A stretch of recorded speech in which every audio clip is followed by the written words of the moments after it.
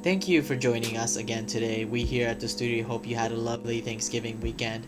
I'm your host, Dr. D, and on today's mental wellness segment, we will be diving into behavioral activation. And to help us out, we have Meredith Charbonneau from the Canadian Mental Health Association. Hey, thanks for having me on the show. Glad you could join us. As you know, depression has been a very hot topic in the last couple of years as we're slowly destigmatizing it and bringing these very serious and real issues into light. Yeah, I've been working with CMHA as an occupational therapist for the last 10 years, and I can tell you there's never been a time where we can have such a large impact on the mental well being of youth with depression. I think it's 6.5% of people between the ages of 15 and 24 experience major depression each year. So I thought we could go through behavioral activation and how it can be used as a treatment modality for youth with depression specifically. Okay, so I've heard of BA being a part of CBT before. Can you give us a quick overview of what BA is to kick us off? Yeah, I'm actually happy you said that. It's often used as part of cognitive behavioral therapy or CBT, but it is a standalone treatment on its own. It's a behavioral approach to treatment and focuses heavily on the impact of reinforcers to behavior. So it doesn't actually involve a ton of cognitive restructuring that happens in CBT. It's more the link between our behaviors and our mood and less restructuring thoughts and feelings, which are part of CBT. You mentioned reinforces to behavior. Can you explain that? Sure. A positive reinforcer is a consequence that follows a behavior, which makes the behavior more likely to occur in the future. Like if I give my dog a treat after sitting on command, it's more likely to sit on command in the future? Yeah, exactly. To give you a human example, when you go for a run, you experience the effect of endorphins and an increase in mood, and then that positive feedback makes it more likely for an action to occur in the future again, so you're more likely to go for a run. An example of negative reinforcement is if someone is in a depressed state, they stay in bed all day and avoid their responsibilities for the day. This avoidance of something possibly challenging or uncomfortable makes it more likely for the person to avoid engaging in activities again in the future.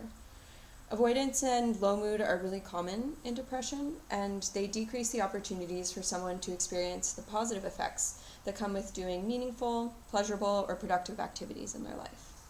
So we want to create opportunities for positive reinforcement and decrease opportunities for negative reinforcement? Yeah, there's actually a great resource called The Treatment of Depression in Adolescents and Adults, and it's written by two social workers. I really like the way that they describe BA. They say, when people get depressed, they shut down and get stuck. BA, therefore, is about getting people unstuck and active again.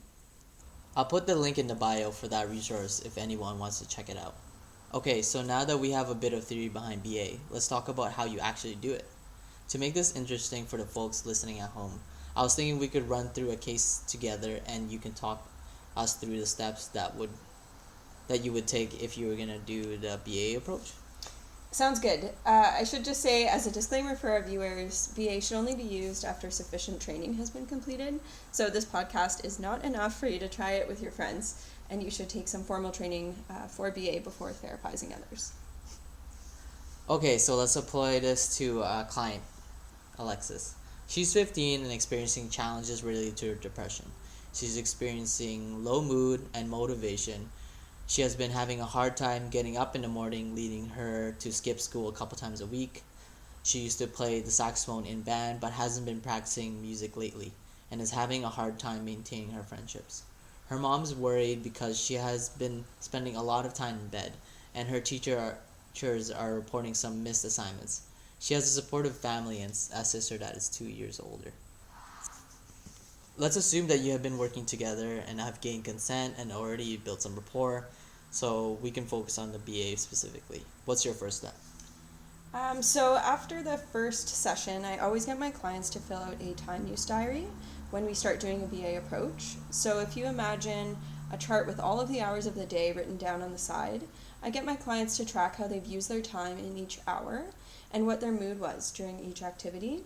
I find this is a great way to start exploring the link between activity and how it affects the way that we feel. It also gives me a picture of what their day looks like so we can get started. I would also explain a bit about the theory behind occupational therapy and occupations. So as OTs, we're interested in helping people engage in activities that are meaningful and important to them, since we believe that this contributes to health and life satisfaction. And I think that's an important thing to explain to our clients. Right, since this podcast is geared towards health professionals, it's good to remember not everyone understands what OTs do. Okay, so Alexis comes back with her time use diary. What happens next? So I would have a conversation with Alexis about her time use.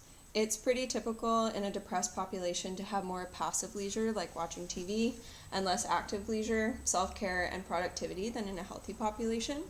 We know that Alexis has been spending a lot of time in bed, so I would talk about how that makes her feel in the long run, and use this as an opportunity to describe the reasoning behind BA in really simple terms. So I would run through the positive and negative reinforcers that we talked about before, and maybe get her to identify a couple examples from her life so that she understands the theory a bit.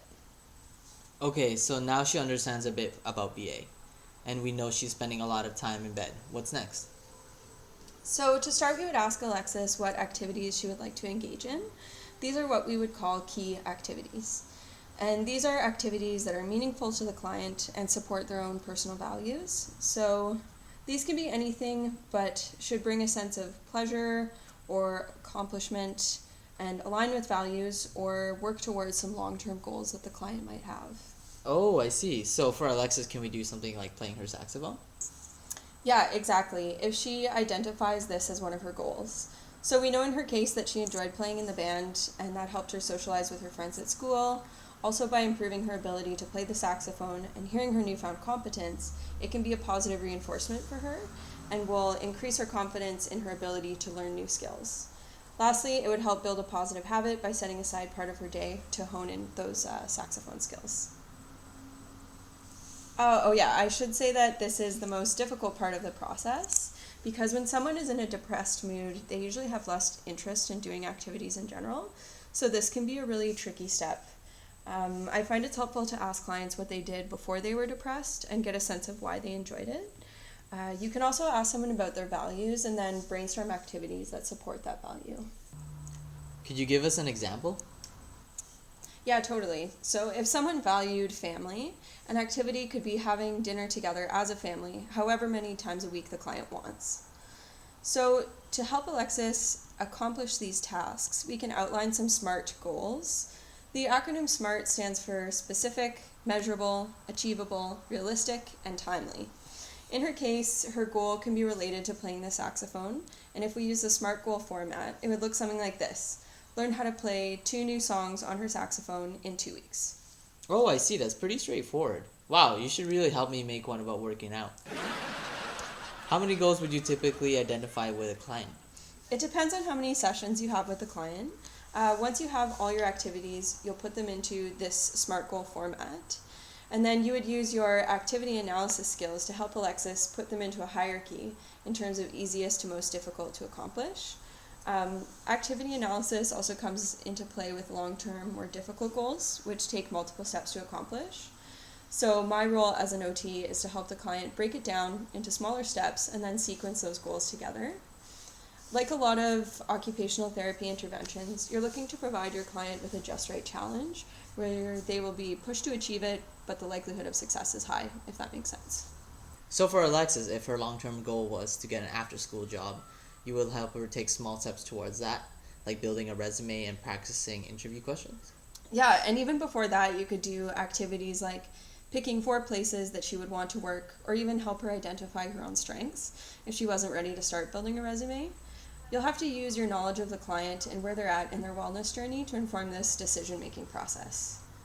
So if we had 10 goals identified for Alexis, would you just start picking goals and doing them as homework? Almost. If you have all your goals for the week picked out, I problem solve with my client regarding some foreseeable barriers and facilitators. So using Alexis as an example, she has a really supportive family, so you could also talk to her about how they may be a facilitator for her achieving her goal. So I'd probably ask, let's say if homework was one of her activities, if you get stuck while you're trying to do homework, is there something that you can think of that would help you achieve your goal? And that could be a family member or a friend that she feels comfortable asking for help. So this problem solving is almost like a contingency plan to avoid getting discouraged and problem solve barriers before they happen. I can see how that would help, especially if you have a lot of time between your sessions. Yeah, definitely. You also want to help the client to set aside time in their schedule to accomplish their goals, which they will complete as homework. Over your sessions, you're going to document how well the sessions are going and which goals have been achieved. And obviously, you want to use some assessments like the Behavioral Activation Scale for Depression to evaluate how successful your intervention was. Well, it's just about time to wrap things up. Do you have any closing remarks for us, Meredith? I'd just like to stress again that depression is not something that you need to go out alone. So if you or your loved ones ever need help, I've put a list of organizations that will be up on the website for you to look at. Once again, thank you, Meredith, for joining us. I can speak on behalf of our audience that we learned a lot about BA today. Stay tuned, everyone, because coming up next, we have a special guest that will talk about her struggles with mental health and how she overcame them.